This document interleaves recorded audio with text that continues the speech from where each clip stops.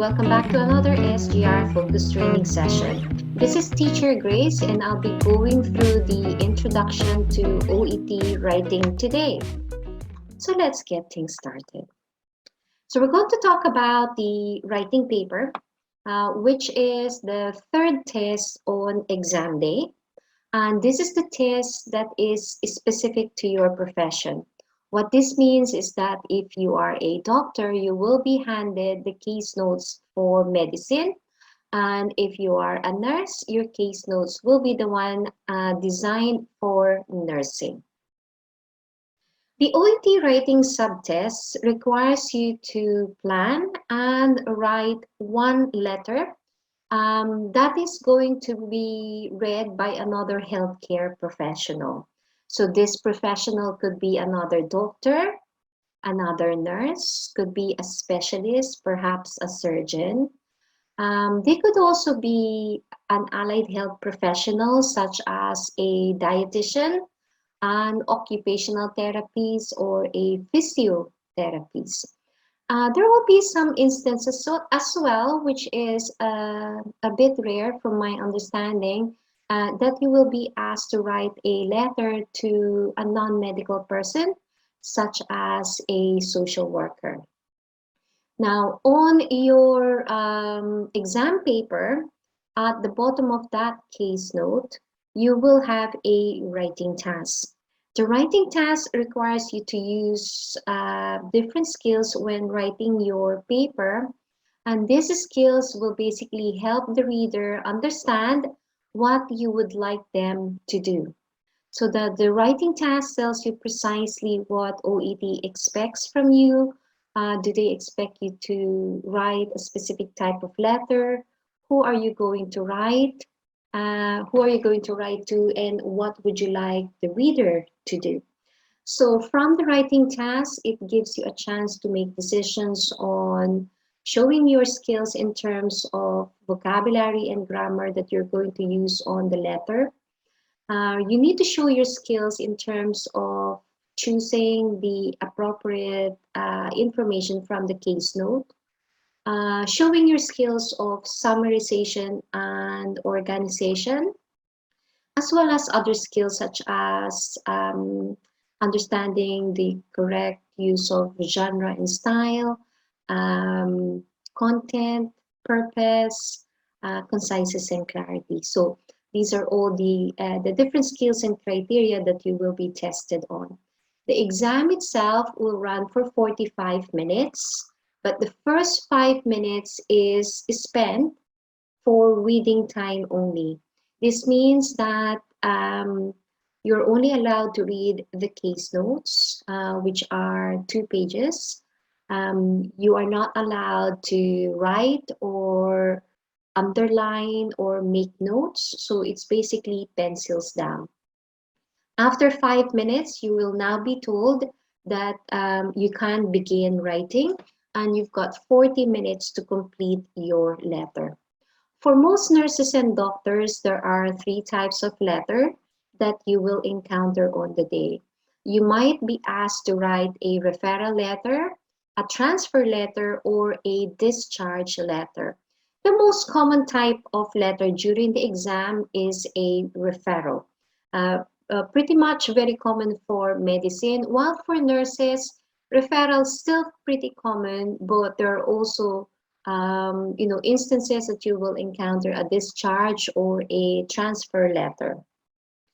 Now, it depends what type of letter you have to do and the way that you will organize it, the way that you will choose your case note information. But every letter or case note is designed based on what happens in real life. It means that you as a primary carer, requires your colleague, another healthcare professional, to provide secondary care or continued care to your patient. So the letter in itself is the means of communication between you and your colleague. So we're going to delve into these 3 types of letters that I've mentioned: referral, transfer, or discharge. It's very important that you're able to identify them on the day, because the way that you organize your letter, the way that you choose the case notes, all rely on the type of letter that you are going to write. The most common one, as I've mentioned, is a referral letter. In the context of OET writing, a referral letter basically means you are introducing your patient or you're writing to another healthcare professional for the very first time. When you say the very first time, then it means that your patient and your reader, they don't know each other. Okay, let's take it from a real case scenario. In the real world, you normally would refer a patient to another healthcare professional, basically because you need support in looking after your patient. Okay, so it could be that you are the nurse in the GP clinic and your patient was recently diagnosed with type 2 diabetes. Um, so there will be a need for your patient to basically be educated about type 2.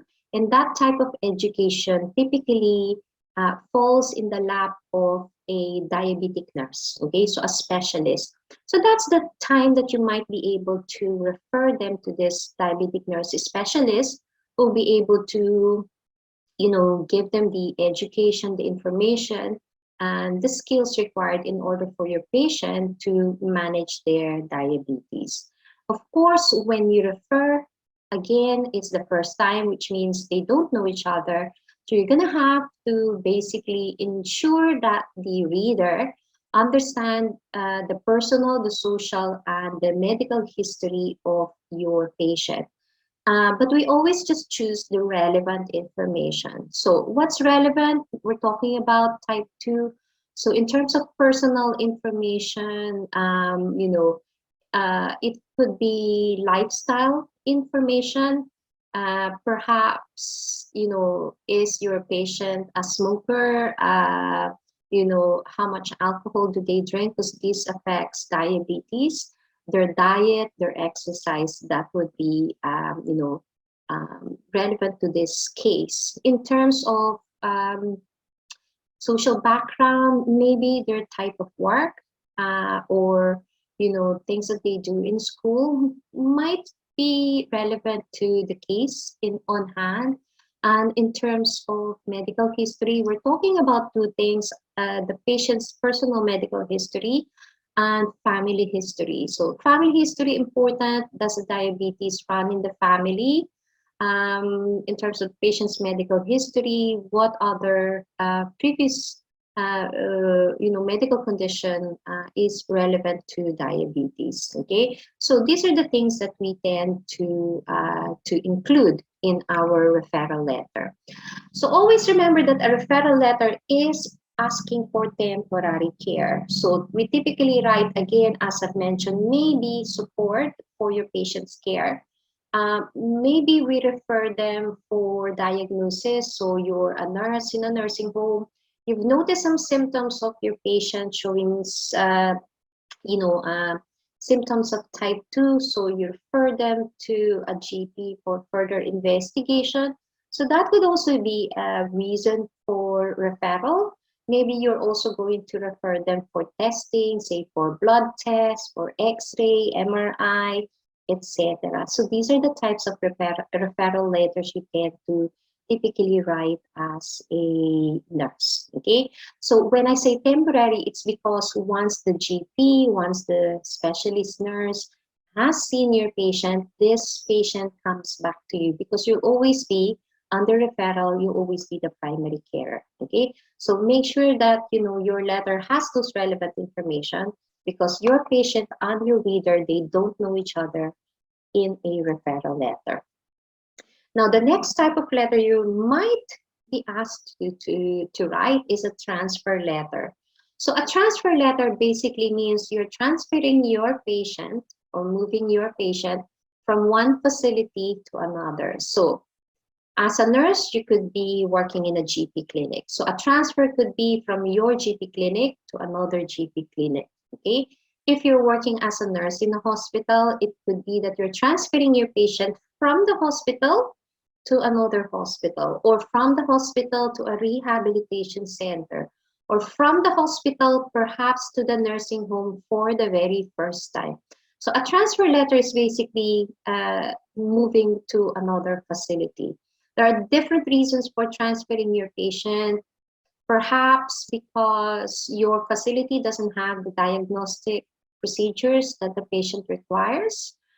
Perhaps because they can have a better care service with another hospital because the doctor that they require is, is only in that hospital. Maybe your hospital doesn't have any bed capacity anymore, etc. Okay.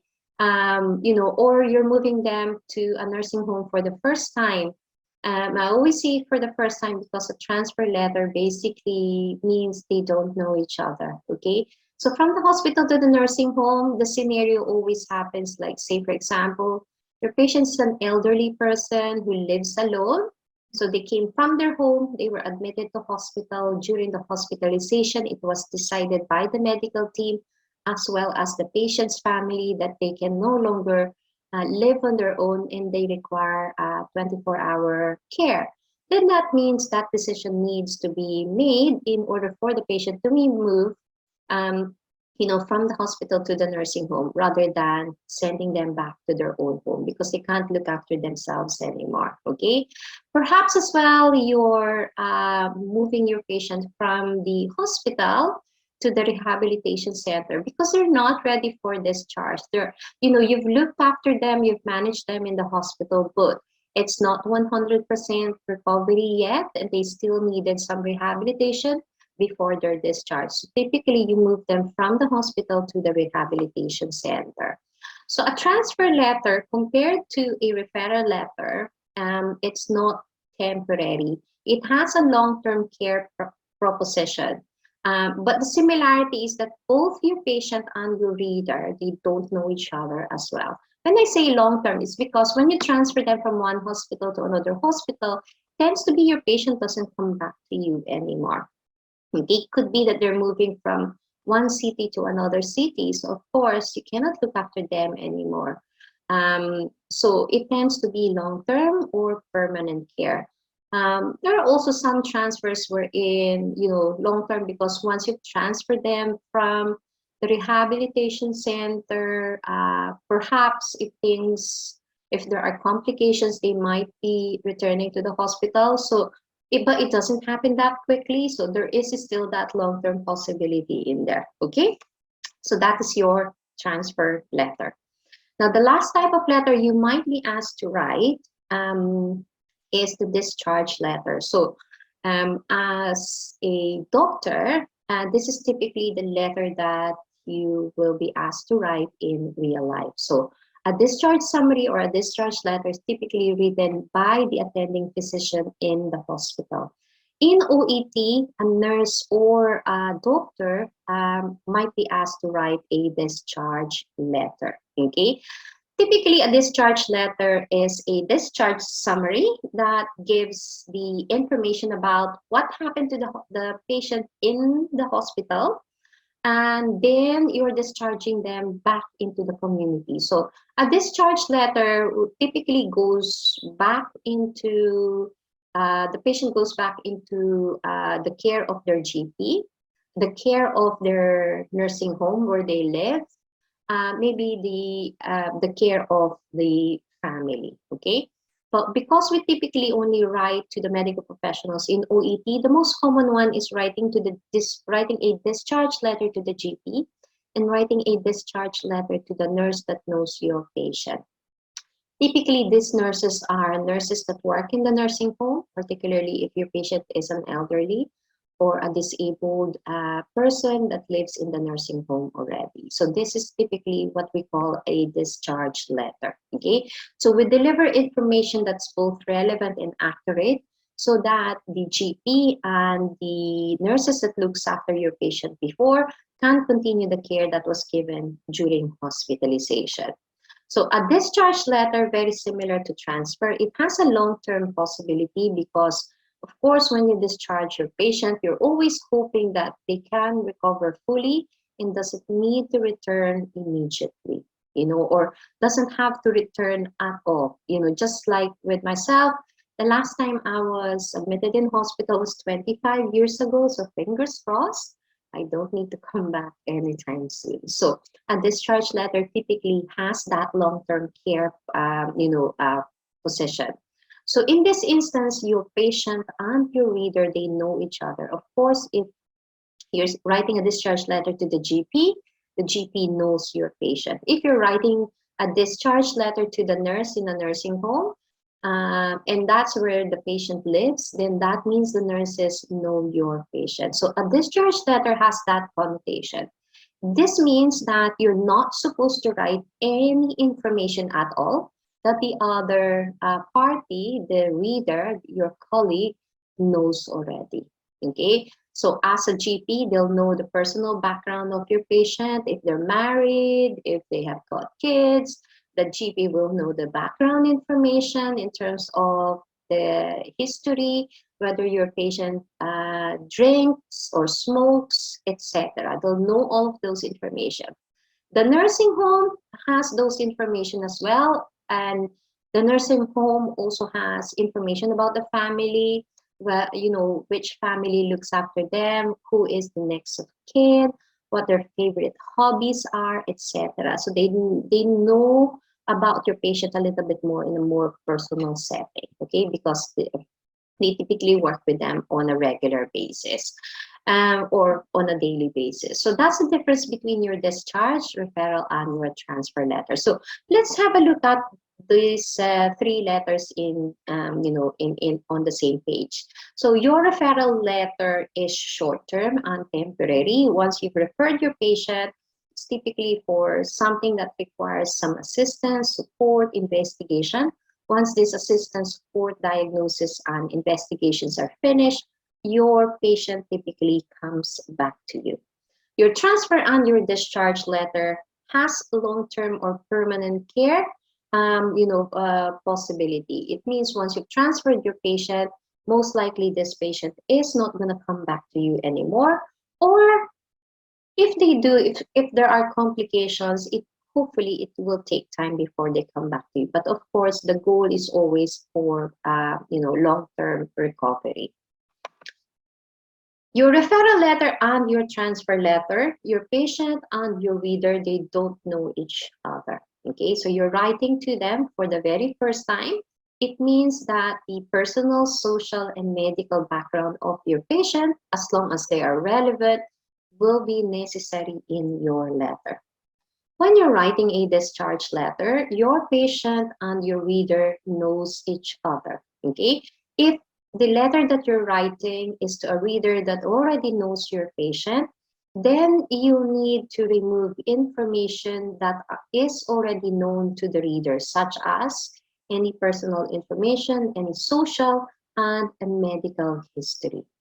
There are also some information wherein you might be required to write about these things that they already know, but if and only if there are changes to them. So say, for example, current medications. If your patient previously were taking 5 milligrams and the hospital changed it to 10 milligrams, then it means that you need to inform the change to the reader, because yes, they know the medication, but they didn't know that there was a change in dosage.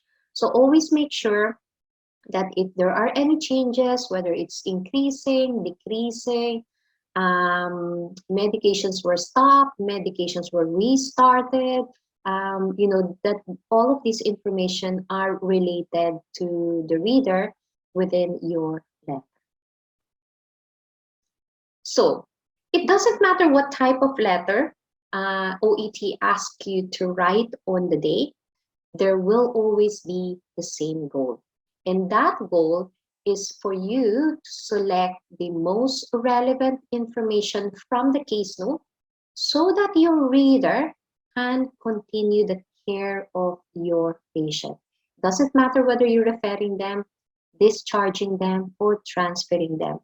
The goal or the purpose of your letter will always remain the same, that the reader is able to continue the care. So When you refer a patient to perhaps a surgeon or another nurse, once the surgeon and the nurse have finished consulting with your patient, the patient comes back to you. But during that time, the surgeon and the other nurse will do what they can to assess, observe, look after your patient during the time that they have been consulted. When you transfer your patient to another medical professional, of course, the goal is for your reader to basically do what you were doing for the patient and manage them after the transfer. So you basically give the information of what you've done for the patient and what still needs to be done to the patient once they've been transferred. In a discharge letter, again, the same scenario. When you when you discharge your patient, you of course would want your patient to recover fully.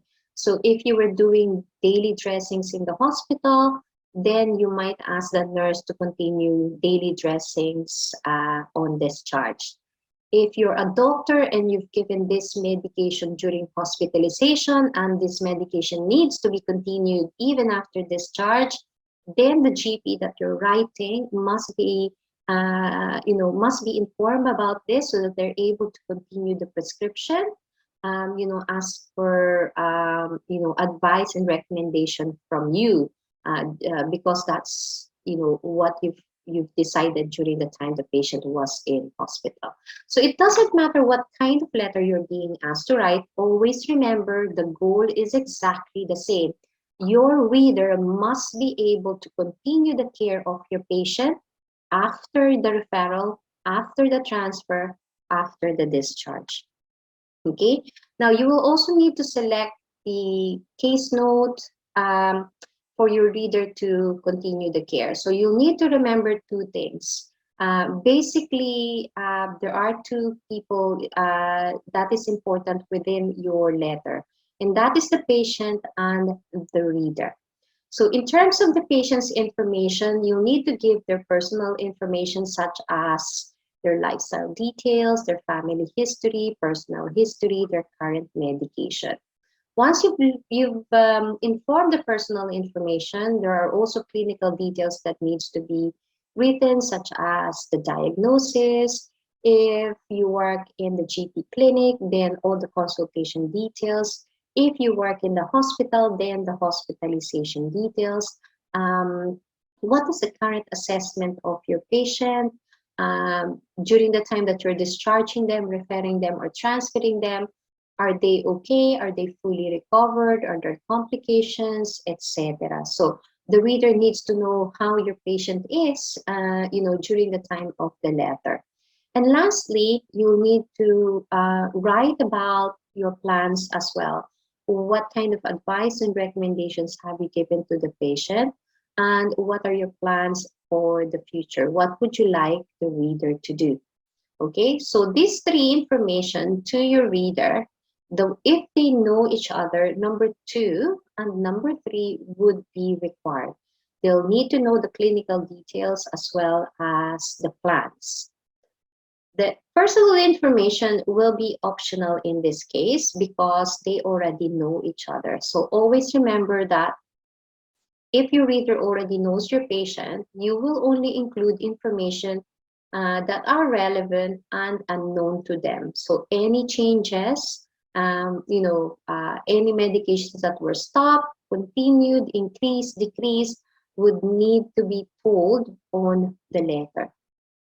If your reader and your patient don't know each other, then all these 3 key information will be required. So relevant personal information, a summary of the clinical details, and details of the discharge, the future plan, and the plans. Okay, so these are the decisions that you're going to do or you're going to make on the day when you are writing your OET letter. So what we're going to do next is we're going to talk about a step-by-step procedure on how to write your letter. See you on the next tutorial.